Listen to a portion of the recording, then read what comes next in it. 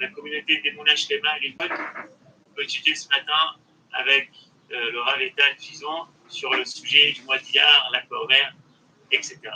Boker Tov à tous. Boker Tov les Koulam. Boker Tov. Alors j'ai envie de te dire Chag Sameach. J'espère que vous avez bien fait des Medurot par Zoom, chacun chez vous. Moi, je vous avoue que j'ai médouré sur ma terrasse. Je me suis servi des restes de mon barbecue de Yom Ha'atzmaut. J'en ai mis du bois dedans et j'en ai fait une petite médoura qui a duré 12 minutes. Ça, c'était de la médoura de compétition. Et voilà, ce matin. Alors, le Rav Ben Ishai a dit qu'il fallait parler de l'Akba Omer. Donc, on va parler de l'Akba Omer, mais en fait, on va rentrer l'Akba Omer dans un contexte. Et ce contexte, c'est pas le contexte historique de l'Akba Omer. Ça, on a déjà fait plusieurs cours là-dessus. Et j'imagine que le Rav en a parlé également. Rabbi Akiva, Rabbi Shimon, tout ça. Donc, on va pas parler de ça du tout. Nous, on va parler de l'Akba Omer de manière intemporelle. C'est-à-dire dans sa place dans l'histoire. Qu'est-ce que je veux dire par là, dans sa place dans l'histoire? Eh bien, c'est vrai que c'est l'Akba Omer, évidemment, mais ce l'Akba Omer se trouve également dans un calendrier. Et dans le calendrier, eh bien, comme vous le savez, l'Akba Omer, c'est également en plein milieu du mois de Iyar. Oh là là là là, ça y est, ça commence. Allô, on m'entend? C'est bon? Non, parce qu'il paraît que quand on nous appelle sur Zoom, eh ben, ça arrête le Zoom. Donc voilà. On cadre aussi un petit peu, baisse un petit peu ta caméra. Comme ça? Voilà, super. Ça marche. Alors, attends voir. Hop, là, je le cale. C'est bien. Oh là là, c'est pas possible. אני באמצע שיעור, גברת? לא חשוב עכשיו, לא חשוב. ביי ביי.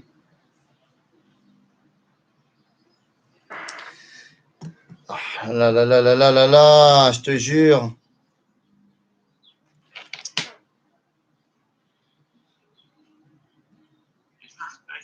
Attends, je reviens, où es-tu?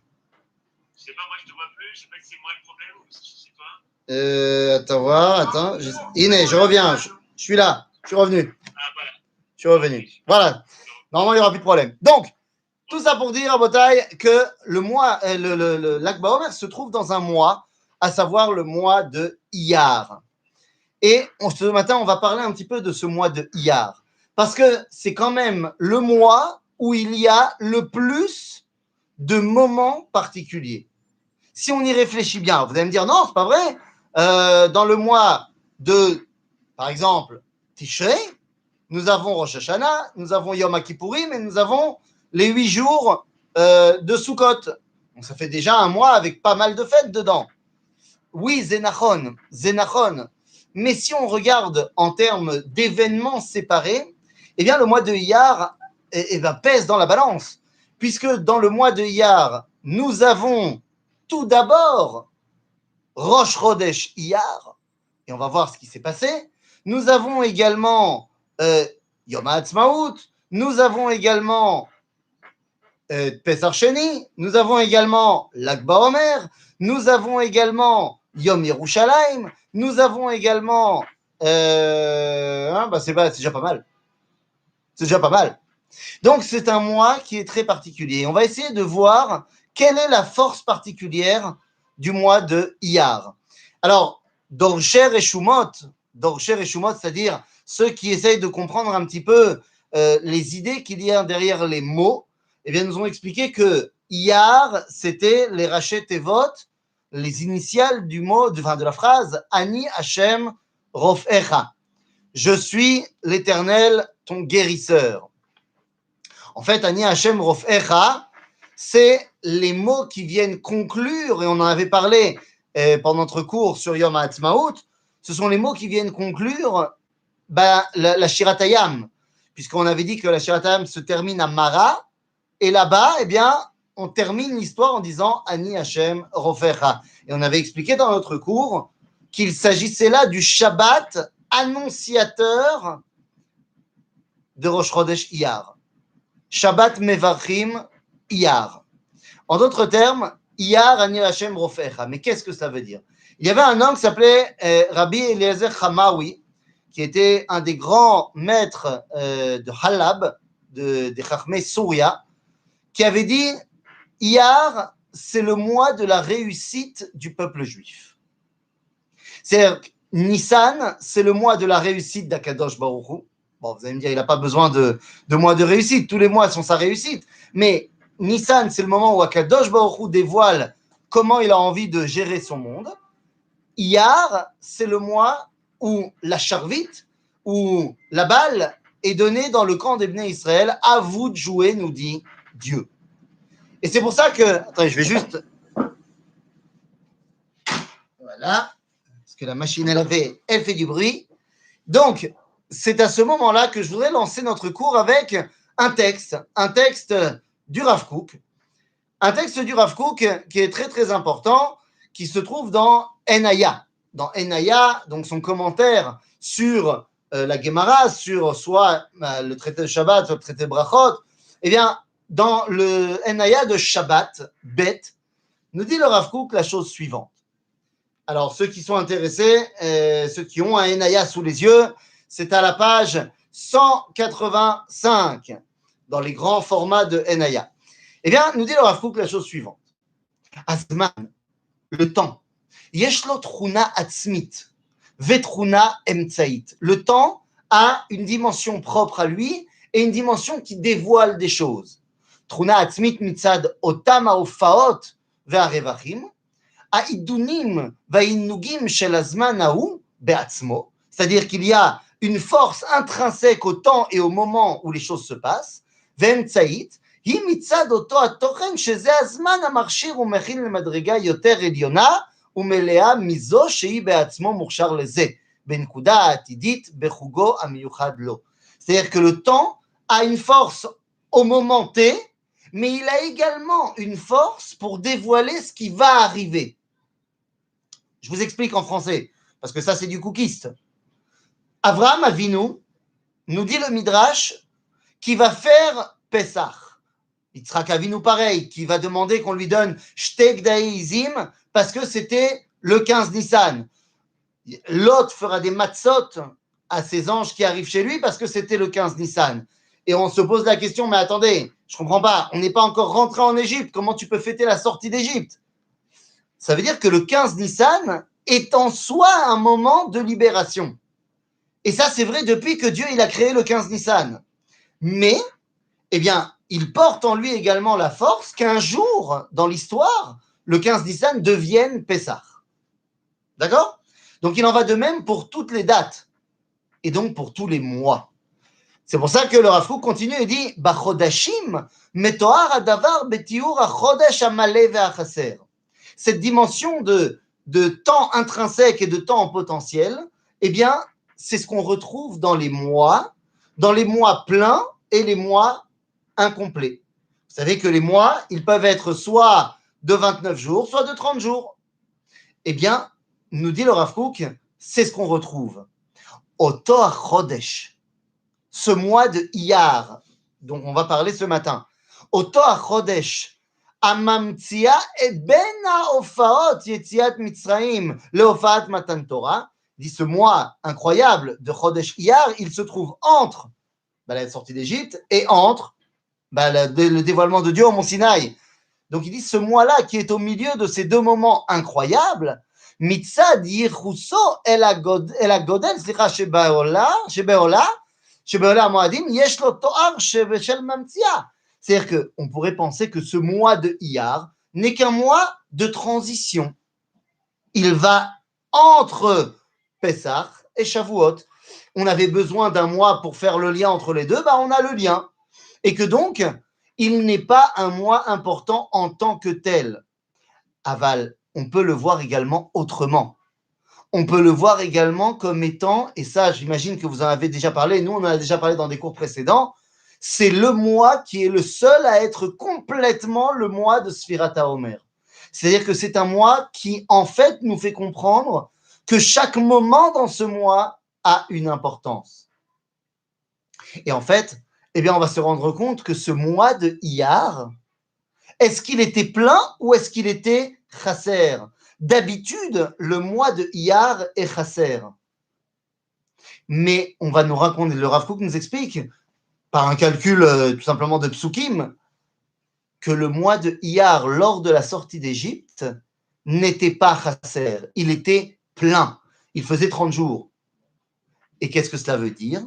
Eh bien, cela veut dire qu'il était une force intrinsèque et non pas seulement un moyen d'arriver à.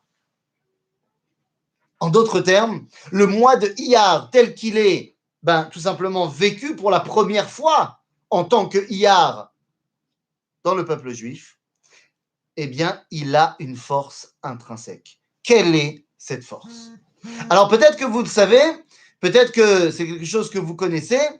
Vous savez que la Kabbalah, c'est totalement d'origine. Juste, je vais vous demander, ah oui, je suis désolé, je ne suis pas du tout prêt ce matin, c'est n'importe quoi, c'est l'Akba Omer. Je vais chercher un chargeur, 2 secondes, parce que sinon tout va s'éteindre. 2 secondes.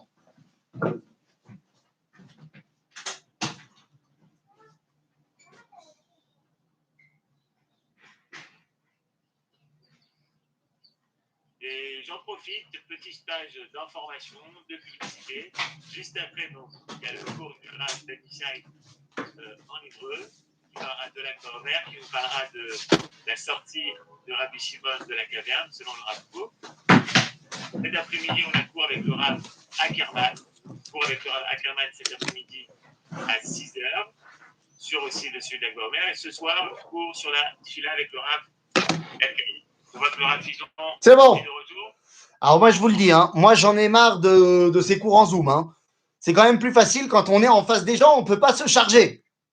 On a de la batterie en face des gens. Mais enfin bon, c'est pas très grave. Rabotai, donc, le mois de Iyar, vous le savez, la Torah Kabbalah s'est infiltrée et Bessimcha dans notre vie.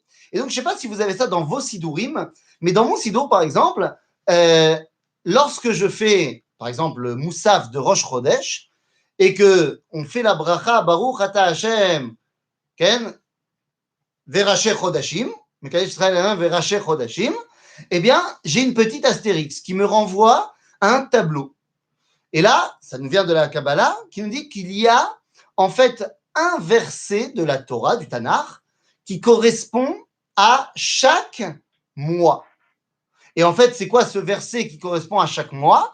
Eh bien, c'est une combinaison différente des lettres du tétragramme. Par exemple, quand on voit le mois de Nissan, le premier mois, eh bien, le verset qui lui correspond, c'est Yismechu Hashamaim Vetagel Haaretz. Et donc, on voit les lettres du tétragramme dans le bon ordre. Yismechu Hashamaim Vetagel Haaretz. Yud, ensuite Hey, ensuite Vav, et ensuite Hey. Pour le mois de Iyar, eh bien, le verset qui nous intéresse, c'est quoi? Eh bien, c'est tout simplement le verset de Ishaïaou qui nous dit Yitalel hamitalel haskel veyadoa oti. En fait, le verset en entier, c'est Ki im bezot hamitalel, italel hamitalel haskel veyadoa oti.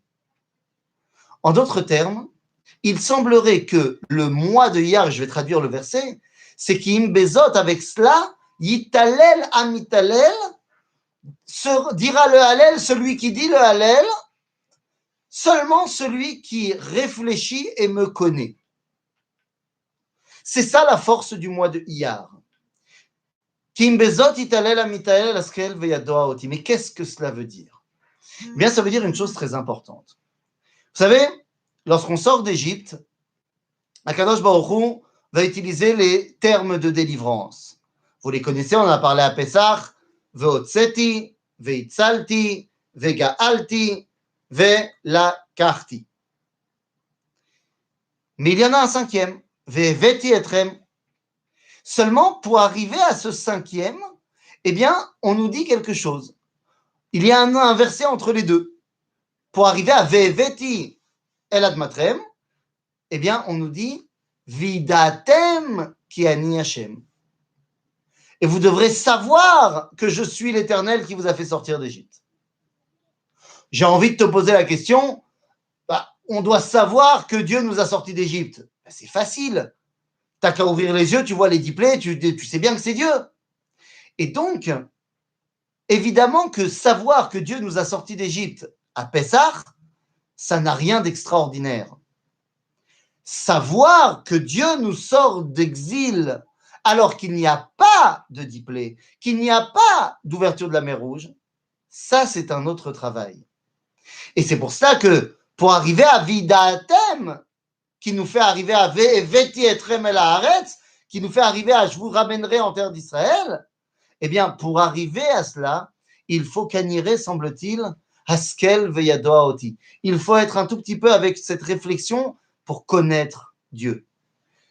En d'autres termes, en Nissan, Dieu ne nous laisse pas le choix que de le voir. En Iyar, la balle est dans notre camp. Est-ce qu'on va voir que c'est à nous de dévoiler Dieu ou pas? Et c'est pour ça que nous dit donc Rabbi, j'ai dit Eliezer, Rabbi Avraham Hamaoui, de ces maîtres de Chalab, de Syrie, eh bien, qui nous disait que le mois de Iyar, c'est le mois où le peuple d'Israël s'exprime et se réalise. Donc, je vous propose de rentrer dans ces différents moments. Alors, on ne va pas trop rentrer dans le sujet de Yom HaAtzmaut parce qu'on l'a déjà fait, et on ne va pas trop rentrer non plus dans le sujet de Yom Yerushalayim parce qu'on le fera certainement. Mais qu'est-ce que c'est que la base de Chodesh Iyar? Vous le savez, la force du mois, c'est le milieu du mois, c'est lorsque la lune est pleine. Le 15 du mois de Iyar, le 14 et le 15 du mois de Iyar, eh bien c'est quoi? C'est Pessar Sheni. Pessar Sheni, c'est un moment extraordinaire. Pourquoi c'est un moment extraordinaire? Eh bien pour une raison très simple. Pessar Sheni, c'est une fête unique. Unique en son genre. Il n'en existe aucune autre de la sorte. Ça veut dire quoi, aucune autre de la sorte? C'est quoi une fête unique en son genre? En quoi elle est unique? Je vais te dire. C'est la seule fête. Ça n'a pas empêché les Bnei Israël de penser que c'était Moshe et pas Dieu qui les a fait sortir d'Égypte. Ah, voilà une idée qu'elle est bonne. Tu as totalement raison. C'est effectivement un grand problème. Les Bnei Israël, quand on est sorti d'Égypte, pensaient que c'était Moshe le patron et ont eu un problème. Enfin, ils ont eu un problème jusqu'à la mer Rouge, qui n'était pas rouge, hein, évidemment. Mais jusqu'à la mer, ils ont eu un problème. Au moment de la mer, le problème s'est dissipé.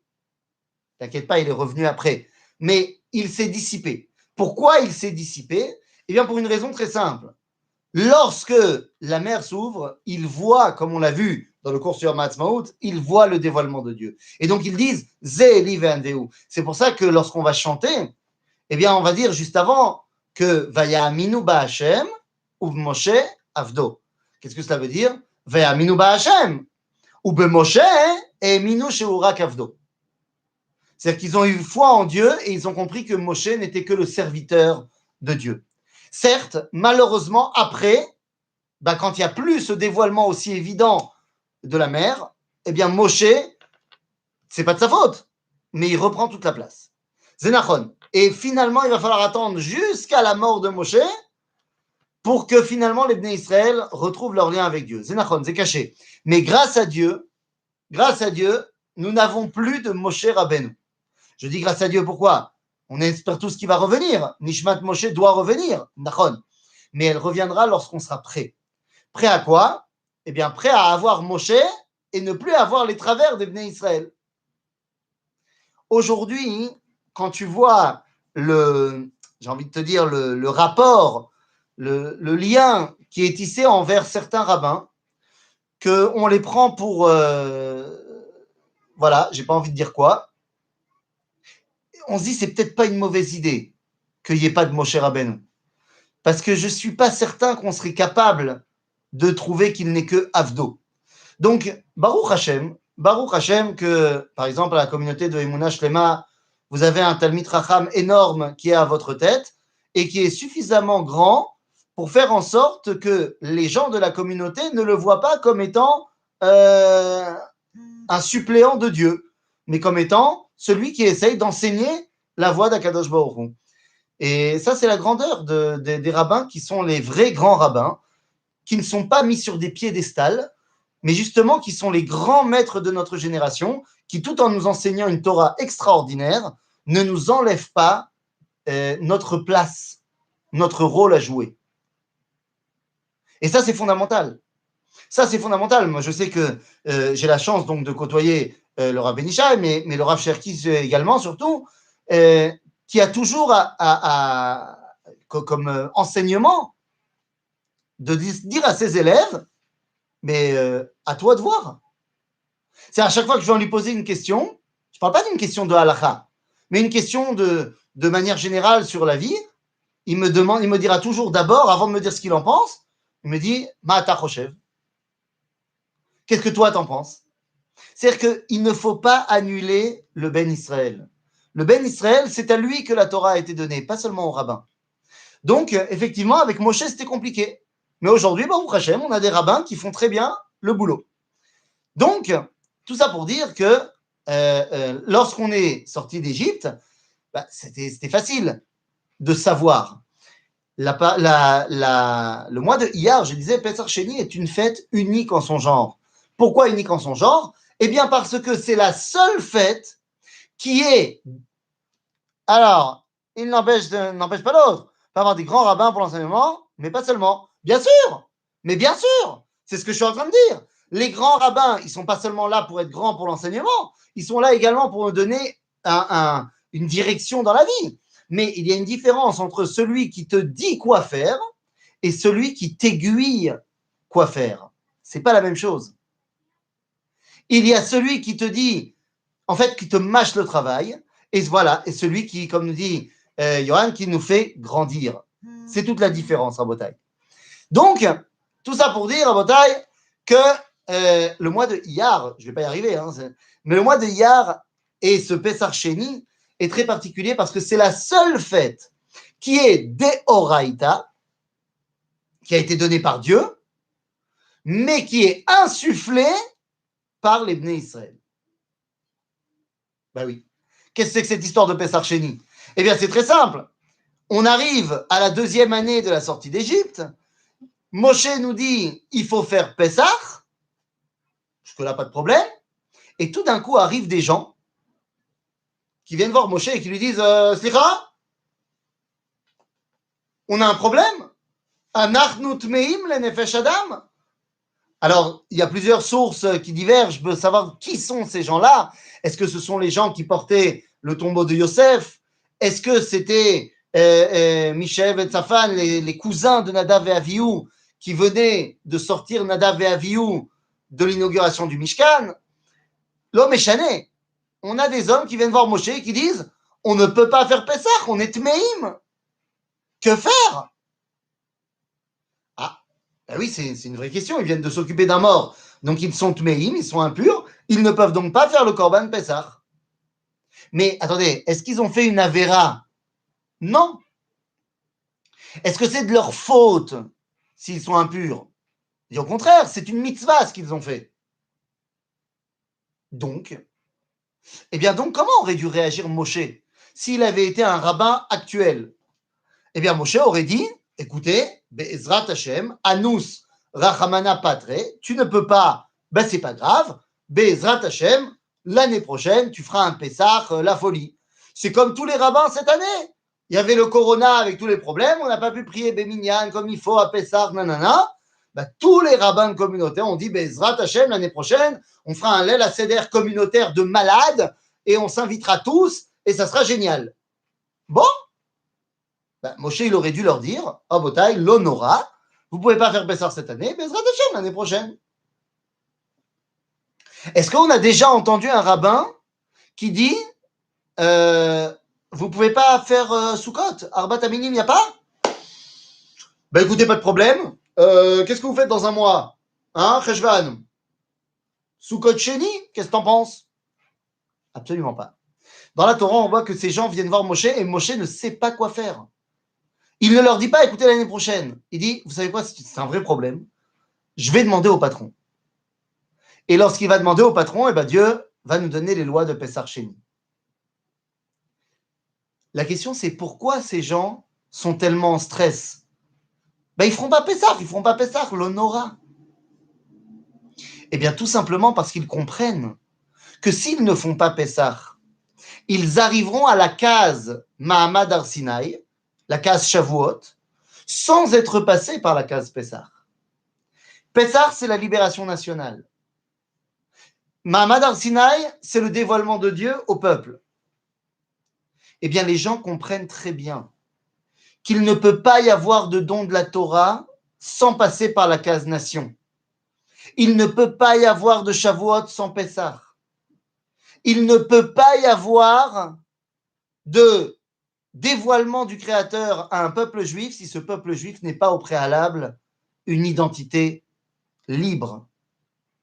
Et ça, les Bnei Israël le comprennent très bien.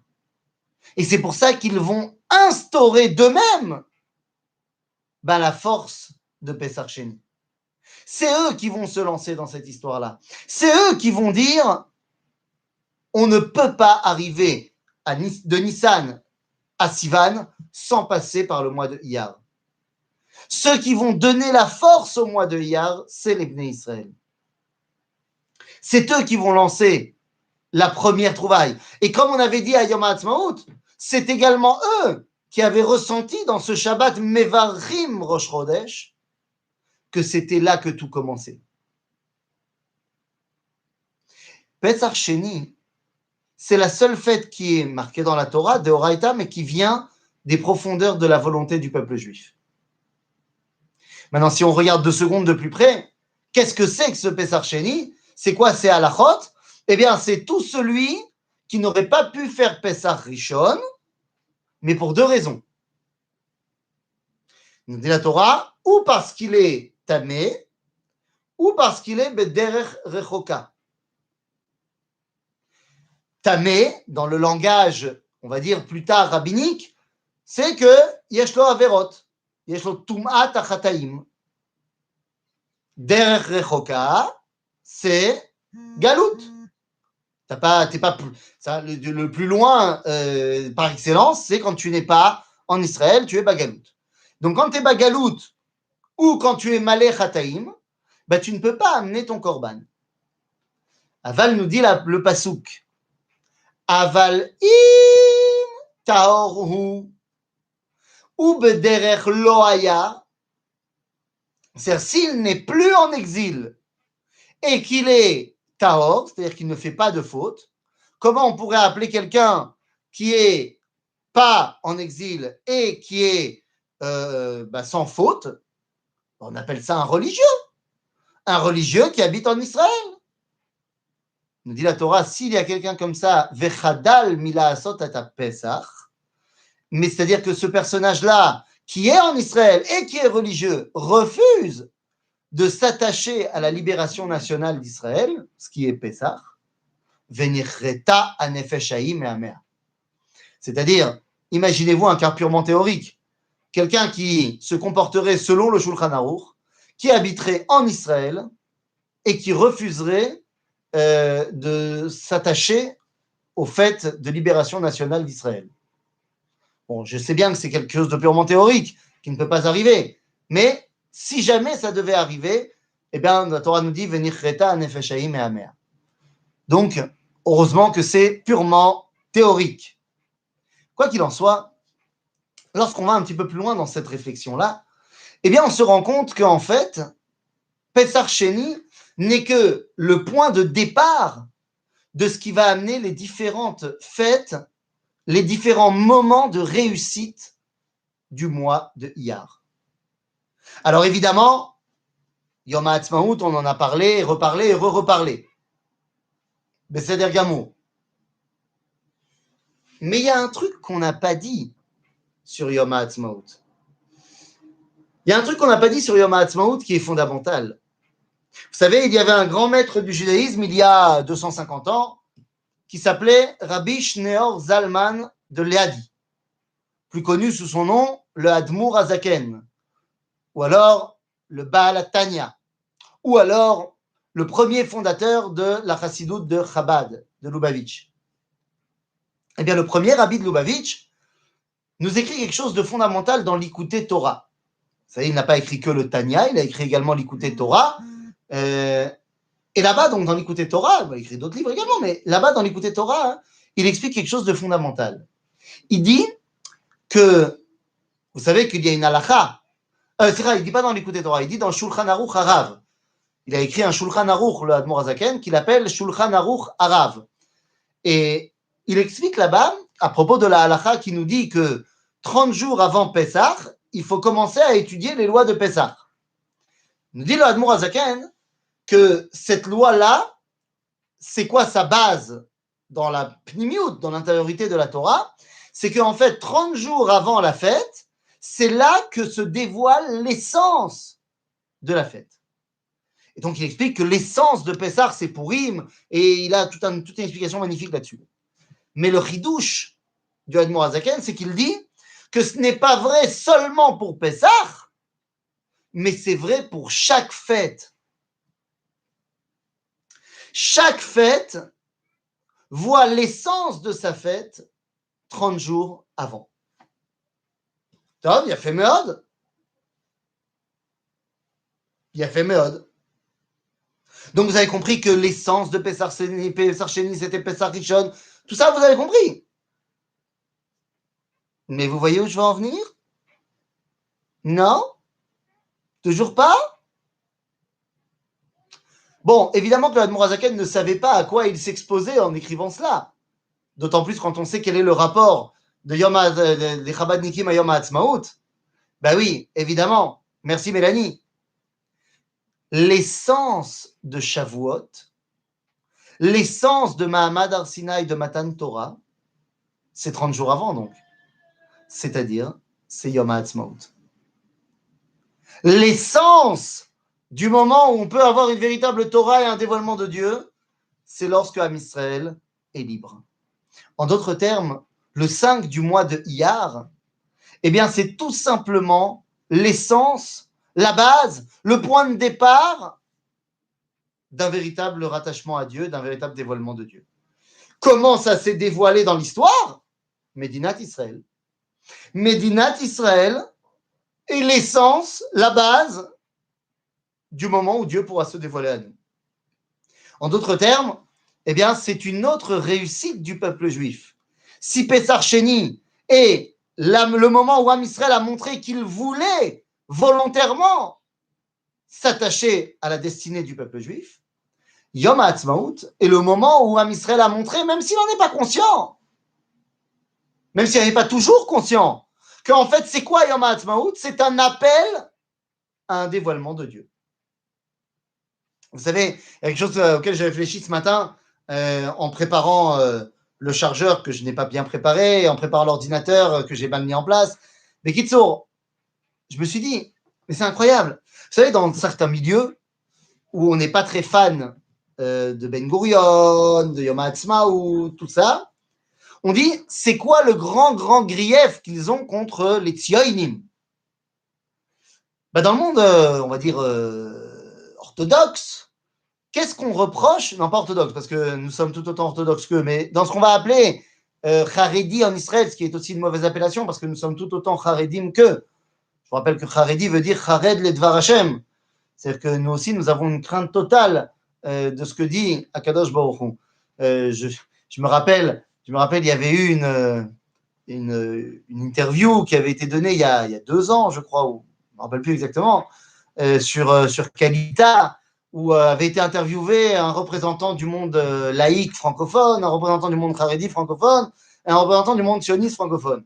Et je me rappelle que le Rav Sadin, qui représentait les Haredim, quand il présente le monde haredi, il dit c'est un monde qui a 3000 ans d'histoire, machin. Et bon, oui, tout à fait. Et ensuite, il parle du monde laïque, il dit que le monde laïque a aussi des racines, qui a 200 ans depuis même la Révolution française, Et après, il dit, et le monde sioniste religieux, et là, le Rav Kling, qui représentait le monde sioniste religieux, intervient et le coupe et dit, oui, le monde sioniste religieux qui a aussi 3000 ans d'histoire. Et il dit, oui, bon, ok. Qu'est-ce que ça veut dire? Bien sûr, nous sommes tout autant haredim et orthodoxes que celui qui porte un chapeau. Donc, je change d'appellation. On va dire le monde qui n'est pas très fan de Yom HaAtzmaut, alors on va l'appeler comme ça, eh bien, quel est son grief contre les Tzionim qui ont créé l'État? Ils disent, Oui, ils pensent que c'est eux qui ont tout fait et ils rejettent Akadosh Baruch Hu et ils disent Koichi ve'otzem yodi asa et ha'chayil hazeh. Ils disent le verset qui dit c'est ma force et mon bras qui ont fait tout ça et ils rejettent Dieu. Sans rentrer dans le détail du verset que c'est une mitzvah de dire ça, parce qu'il y a une suite au verset qui dit Vezacharta et Hashem Elohecha ki hu anoten lecha koach la'asot chayil, et tu te souviendras que c'est Dieu qui t'a donné la force de faire tout ça. Sans rentrer dans ce débat-là, je ne comprends pas. Tu leur reproches aux chilonim de dire c'est ma force et mon bras qui ont fait ça et pas Dieu. Mais tu dis la même chose, puisque tu dis toi-même que c'est pas Dieu qui a fait l'État d'Israël, c'est qu'un truc de sioniste. Donc toi aussi, t'es coffert en fait. Donc réfléchissons 2 secondes. Si on admet que Dieu c'est Melech HaOlam, Adon Olam Asher Malach, eh ben, tout ce qui se passe, c'est Akadosh Baruch Hu, quoi qu'il arrive. Sauf qu'Akadosh Baruch Hu, il décide d'utiliser des dévoilements. Des fois, ces dévoilements, c'est des nuées célestes. Et des fois, ces dévoilements, c'est Chayal et Tzahal. C'est lui qui choisit. Comme disait Rabbeinu Yitzhak Abrabanel, Efshar levater al erech ha'emtsaim. Les moyens que Dieu utilise sont tous les moyens que Dieu utilise. Tout ça pour dire que donc l'essence de Shavuot, c'est bel et bien Yom HaAtzmaut. Si Pesach Sheni, c'est le moment où on décide de se rattacher à l'identité nationale, Yom HaAtzmaut, c'est le moment où on décide, consciemment ou pas, qu'en fait, ce qu'on veut, c'est un véritable dévoilement de Dieu. Nous aurons plus tard Yom Yerushalayim. Yom Yerushalayim, Rabotai. Yom Yerushalayim, on a dit qu'on n'allait pas trop en parler. On ne peut pas ne rien dire, évidemment, sur Yom Yerushalayim. Mais qu'est-ce que c'est Yom Yerushalayim? Mais Yom Yerushalayim, Rabotai, c'est quoi? Je vous pose cette question. Ben oui, je la pose, vraiment. Yom Yerushalayim, c'est à l'origine Milchemet Amalek. C'est-à-dire, c'est la première guerre que le peuple d'Israël va mener. C'est la première fois qu'on va se battre. C'est la première fois où un Kadosh Baruch Hu nous fait confiance. Lorsque les Égyptiens nous poursuivaient, Moshe a dit Hashem yilachem lachem. Mais pour Milchemet Amalek, il lui a dit à Yoshua, tseu bechar lanu anashim, bechar lanu anashim vetseh leilachem be'Amalek.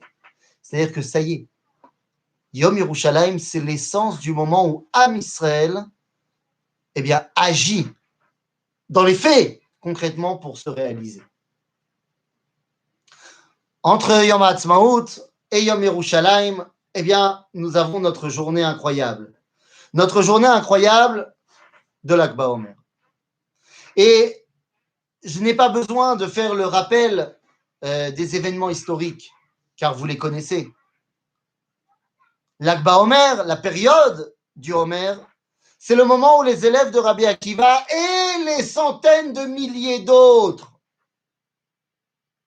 se sont battus auprès de Bar Korva. Oui. Et je ne vais pas développer, vous le savez.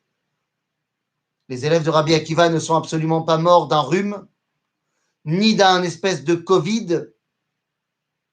Ils sont morts à la guerre de Bar Korva. Alors, il est très possible, tout à fait possible, que nombre d'entre eux ont chopé aussi un virus pendant la guerre. Bien sûr. Mais le contexte général de la mort des élèves de Rabbi Akiva, c'est évidemment la guerre de Bar Korva. Tel qu'il est marqué, Mefourash.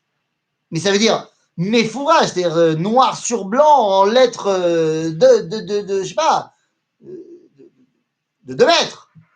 Dans le livre Igeret Rabbeinu Shri Gaon. Igeret Rabbeinu Shri Gaon, je rappelle, Rabbeinu Shri Gaon, c'est Rosh Yeshivat HaGeonim, on est 200 ans après le Talmud. Il écrit une Igeret qui est en fait un livre d'histoire. Et il écrit tout simplement une ligne. ורבי עקיבא העמיד תלמידים הרבה, ועבר שמדה, דהיינו מלחמת בר כוכבא, על התלמידים של רבי עקיבא וכולי. Il est très clair, hein? Il dit voilà, Rabbi Akiva a mis plein de talmidim, et il y a eu la guerre de Bar Korba, et qui sont morts dans la guerre de Bar Korba. Voilà. C'est tout, terminé. En une ligne, il a réglé le problème. Les élèves de Rabbi Akiva et les centaines de milliers d'autres, comme j'ai dit, ont participé à ce moment où Am Israël a tenté de retrouver son indépendance. La question qu'on doit se poser, c'est est-ce que Rabbi Akiva, Bar Korva étaient des fous ou est-ce qu'ils étaient porteurs d'un espoir?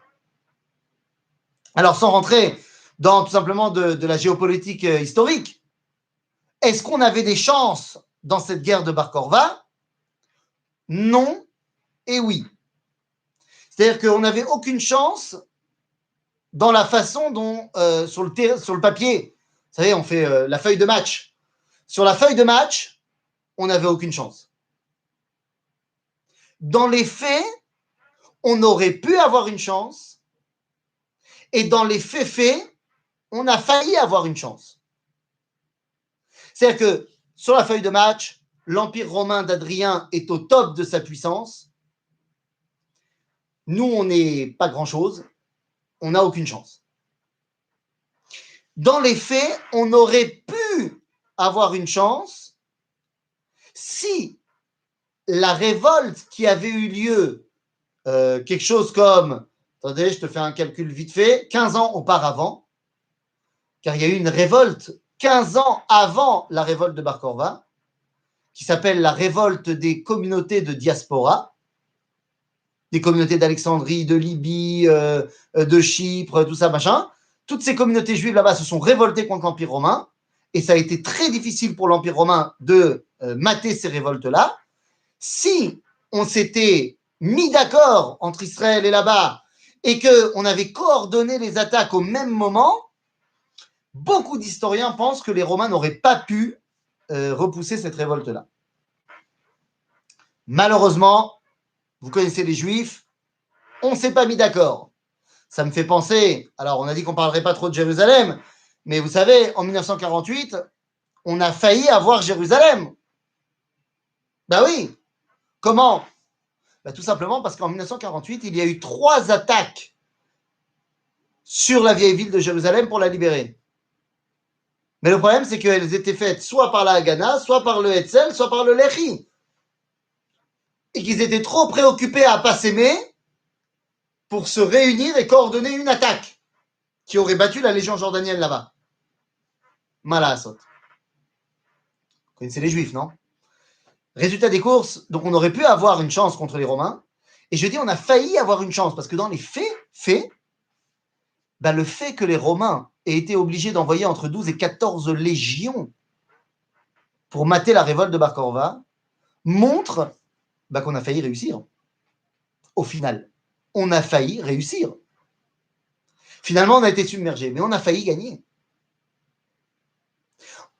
Et non seulement ça, mais les Romains ont subi en Judée ici l'une des plus lourdes défaites qui ait jamais été enregistrée dans l'Empire romain.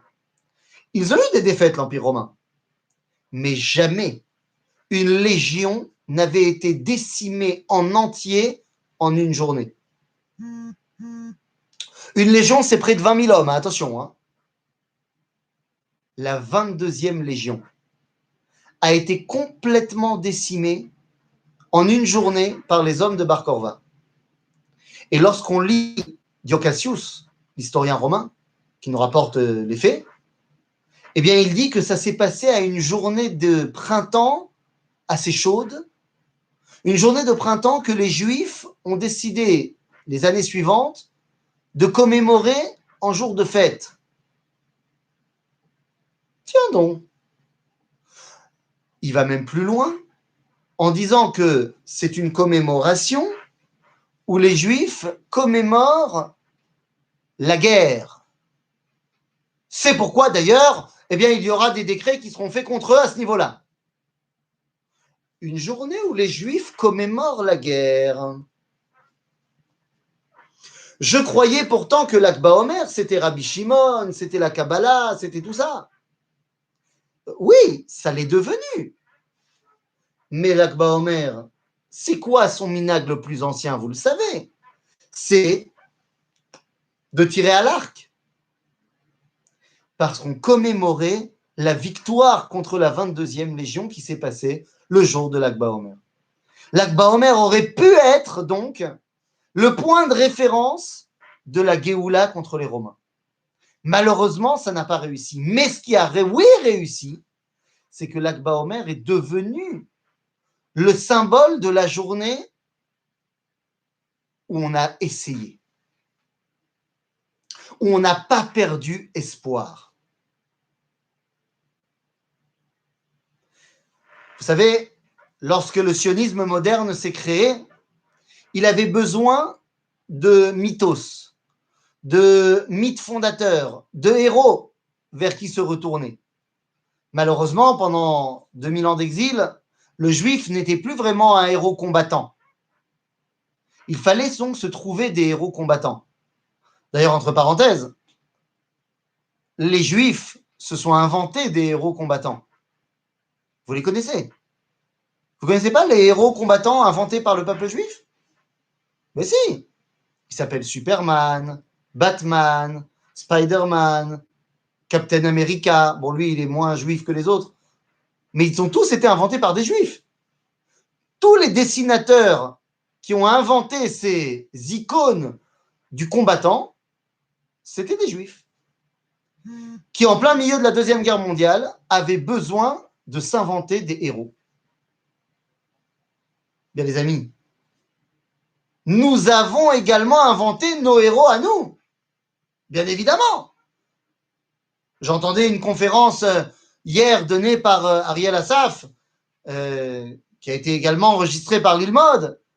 Il a fait référence également à notre petit héros gaulois. Bien sûr. Mais bien sûr, ça, c'est une révélation extraordinaire. Extraordinaire. D'ailleurs, j'ai eu l'honneur, et là, je vous le dis, j'ai eu l'honneur, je ne sais pas si on a des Niçois qui nous écoutent, mais j'ai été une fois dans ma vie à Nice. Voilà. Je me suis baladé sur la promenade des Anglais, voilà, vite fait. En fait, j'ai été envoyé pour animer un week-end de jeudi à dimanche des EI du sud de la France. On m'a envoyé faire des shiurim là-bas, nanana.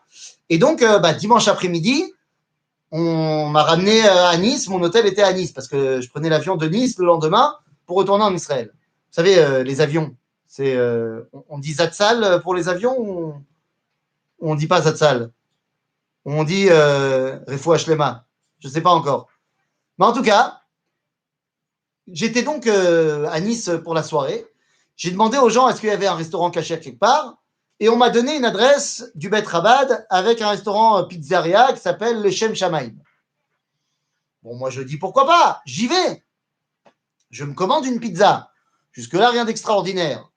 Seulement, au moment où je commande la pizza, j'entends au-dessus, à l'étage au-dessus, le Rav qui dit Minche. Donc, je demande est-ce que j'ai le temps d'aller prier et que ma pizza, elle ne sera pas. Il me dit ouais, t'inquiète, t'inquiète. Donc, je vais faire Mincha. Seulement, une fois que j'ai fait Mincha, il enchaîne sur Arvit, pas de problème. Je me dis que ma pizza va quand même sacrément refroidir. Et une fois qu'on a terminé Arvit, il ferme les portes de la synagogue. Et il dit, écoutez-moi, on a Minyan, c'est pas tous les ans qu'on arrive à avoir Minyan à cette époque-là. C'est vrai qu'on était 10. Eh bien, tout le monde vient avec moi dans la voiture. Moi, je pensais à ma pizza. Il nous amène dans une espèce de grand van. Et on arrive, il nous emmène, c'est pas une blague, au cimetière juif de Nice. Et là-bas, eh bien, il nous amène sur la tombe de René Goscinny. Incroyable. Incroyable.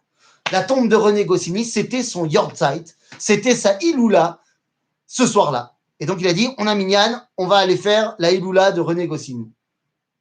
Et j'ai eu l'honneur, donc, de faire un Dvar Torah. Il a demandé est-ce que quelqu'un veut dire quelque chose. J'ai dit, bah ouais, moi, bien sûr. Et en tant que fan d'Astérix, quoi, vous aussi? Vous aussi, vous avez fait la Iloula? Kol hakavod.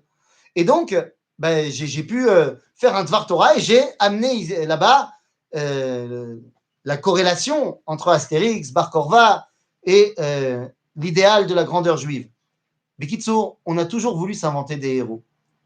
Mais là où ça m'a le plus marqué, c'est lorsqu'on entendra un homme qui s'appelle Antek Zuckerman, qui est un des dirigeants de la révolte du ghetto de Varsovie, faire référence à leurs aînés, les élèves de Bar Korva, les combattants de Bar Korva. Ils se voyaient comme étant les successeurs de ceux qui avaient permis de ramener, si vous voulez, l'honneur, la fierté au peuple juif. Le Rav Cherki disait, certes, Bar Korva, ça n'a pas marché, mais il est possible que s'il n'y ait pas eu Bar Korva, le peuple juif n'ait pas supporté 2000 ans d'exil. Bar Korva a ramené dans la douleur, mais l'idéal que le peuple juif ne peut pas être méprisé sans se relever. Alors oui, à l'époque de Bar Korva, ça n'a pas marché. Mais à notre époque, ça a marché. Et c'est donc totalement normal que le jour de l'indépendance de notre génération n'ait pas eu lieu en Nissan, mais eu bel et bien lieu en Iyar. Il ne pouvait en être autrement.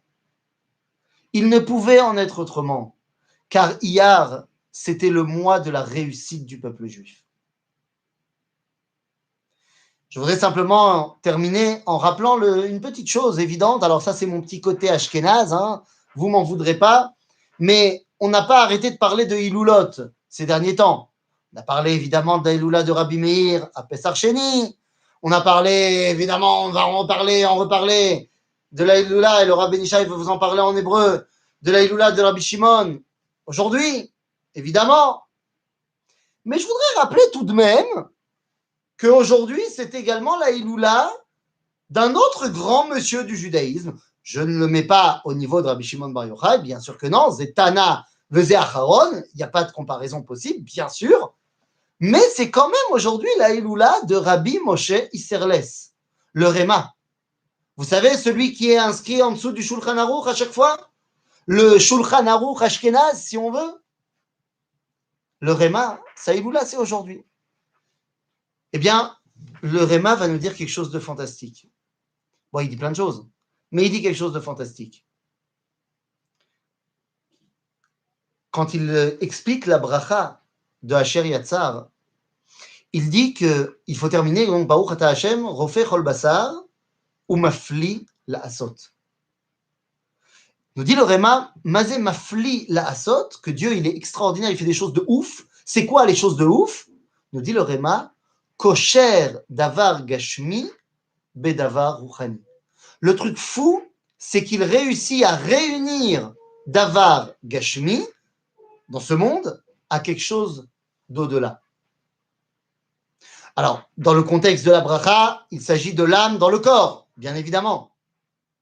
Mais dans le contexte plus général, Kosher Davar Gashmi, c'est-à-dire Am Israël Po, Bedavar Ruchani, à savoir l'idéal de dévoilement de Dieu que Am Israël doit remplir. Eh bien, quand est-ce que Am Israël a réussi à remplir l'idéal, du moins commencer à réussir, à remplir l'idéal qu'il est le sien?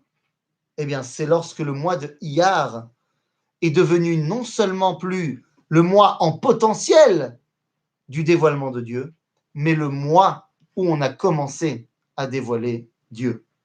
Ashelanu Lag Baomer Sameach ve Chodesh Tov umevorach. Et on se retrouve à la prochaine épisode. À bientôt. תודה רבה, הרב איתן פיזון. Est-ce qu'il y a des questions? Vous pouvez